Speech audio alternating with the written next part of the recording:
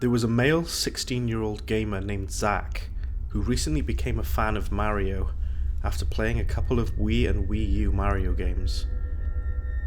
He was interested in New Super Mario Bros. U and waited for the release date to come.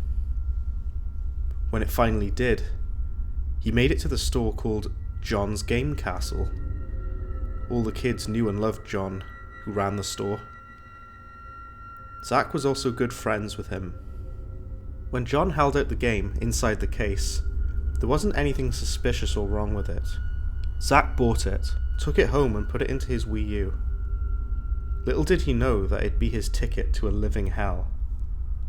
After the splash screen ended, the game faded to black longer than 10 seconds, and within this, the game flashed a realistic picture of Bowser. It made Zach jump a little bit, but he moved on. There was no intro, the game just skipped to the level selection screen. Upon entering World 1-1, there was no HUD. There were no enemies, no coins and no blocks. Not even music was playing, aside from a faint, monstrous deep breathing. It was just Mario with the normal backdrop. There weren't any changes in the level design. When Mario was halfway done with the level, there was a dark red pipe. Zach made Mario go down the pipe, and it was Bowser's corridor. Fortunately, there were power-ups here. When Mario made it to Bowser, he could see that he was slightly bigger. He also had a more threatening look on his face, and said in a deep, terrifying voice, "My revenge has finally come." Bowser did his roar, extremely loudly. Zach was very scared at this point, but still moved on through the game and fought Bowser. The Koopa King was also far stronger and way faster. There was no bridge or axe button. The fire flower didn't hurt him. Eventually Mario died, and Zach heard deep laughter. It sounded so clear that it sounded as though Bowser was behind him. The game then froze. Zach then restarted the game, but the title screen looked a little different. The backdrop was from World 8, and Bowser was in the title screen. His skin was darker and more reddish, and his eyes were pure white. The music sounded like Gygus. Instead of New Super Mario Bros. U, the title now said Bowser's Vengeance. Zach was horrified by this point, but continued.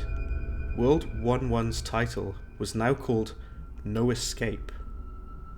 Mario looked horrified and broke the fourth wall, begging to get out of this mess. The backdrop was World 8 again, and the Gygus music was playing again. Blocks and coins were rare, and there was an onslaught of enemies. It was an extremely difficult level this time. After a while, Zach finally beat the level. The flagpole was colour inverted. After Mario slid down the flagpole, there was no castle. Bowser then suddenly appeared and broke Mario's neck, with small drips of blood leaking out of the poor plumber's mouth. It wasn't hyper-realistic. It was designed like the rest of the game, with bad graphics. Bowser then threw Mario out of the screen, and a horrific sound was heard, although not seen. Mario was heard screaming. When it stopped, Bowser looked at Zach and said, "You couldn't win." Then a picture appeared.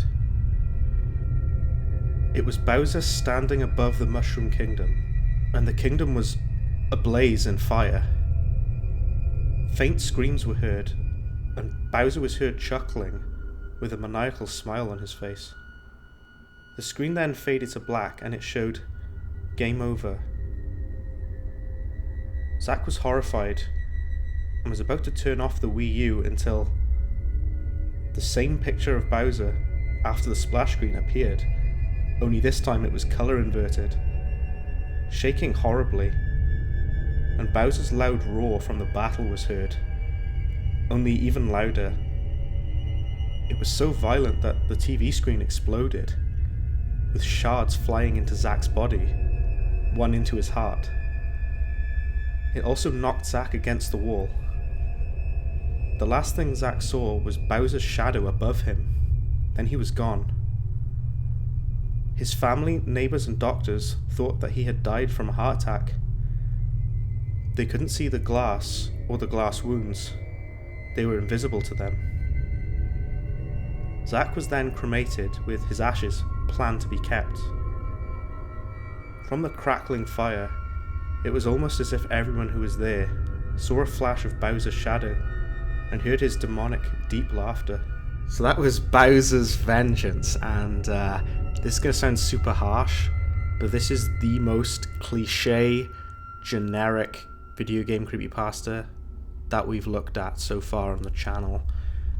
I don't want to sound too brutal because the author has stated on the page that the story is uploaded to that it is their first pasta. It's a first time effort. I admire the effort, but this hits every single cliche you could possibly hit for a video game creepypasta, like the Gygus music playing, and the title screen being a bit weird, and there being no enemies or coins or blocks on the screen, flashing images of Bowser on the screen. All that stuff was so cliche and generic, and it's been done to death.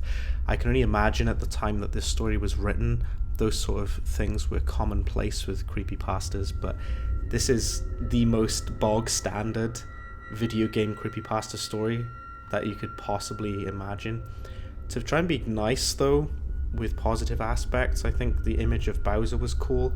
I can't confirm if the author drew this image or whether it's from DeviantArt or something. That image is kind of cool, but the story doesn't do anything. It has no originality. It doesn't have anything unique to this story.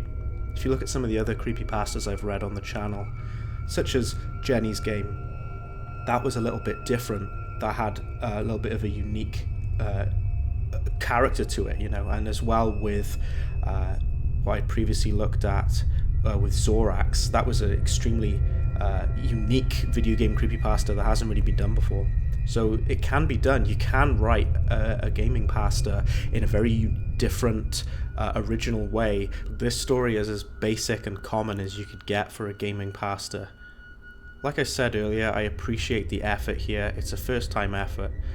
If the author has written further stories, I'd like to take a look at those to see if they have developed much with writing those types of stories.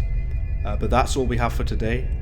Very short pasta, very generic and stereotypical video game pasta. That's all for me today. Stay tuned. Check out further gaming pastas on the channel. I shall be uploading them as frequently as I can. Join the Discord server if you'd like to. There's a link in the description. Bread out.